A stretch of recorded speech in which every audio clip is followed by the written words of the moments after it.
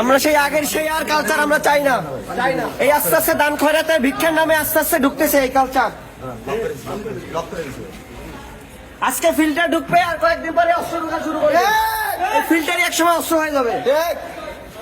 দেখেন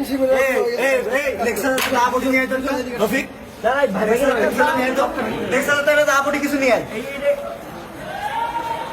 শিবিরই অস্ত্র ঢুকাইছে সবার আগে। এখন এসব ভাব চলে দাঁড়াও